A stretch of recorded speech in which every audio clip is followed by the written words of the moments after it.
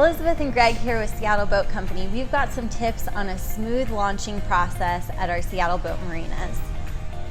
A couple quick points are always make sure that you schedule your launch ahead of time, be on time, and then just know that on those hot weekends it could be a little busy, so you might have to wait just a little bit, so be respectful.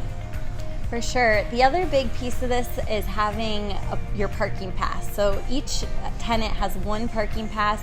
Make sure that you're carpooling or riding your bike down or catching Uber so that the parking lot stays available to all of our tenants.